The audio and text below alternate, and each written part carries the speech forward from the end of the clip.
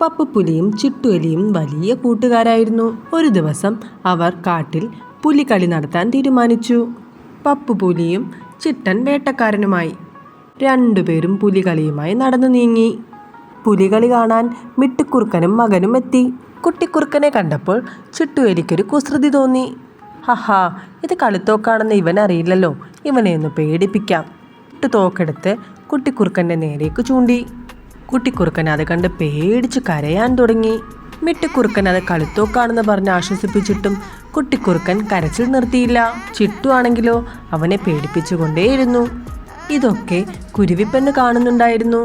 അവൾ പറന്നു ചെന്ന് ചിട്ടുവിൻ്റെ തൊപ്പിയിൽ കെട്ടിയിരുന്ന ബലൂണിൽ ഒറ്റ കൊത്തു കൊടുത്തു. ഠോ, ബലൂൺ പൊട്ടിപ്പോയി. അയ്യോ, പേടിച്ചു പോയ ചിട്ടു ഒറ്റയോട്ടം. കൂടെ പപ്പുവും ഓടി. ഏയ്, അത് ബലൂൺ പൊട്ടിയതാണ്, കുട്ടി പേടിക്കണ്ട. കുട്ടിക്കുറുക്കനെ ആശ്വസിപ്പിച്ചിട്ട് കുരുവിപ്പെണ്ണ് പറന്നുപോയി.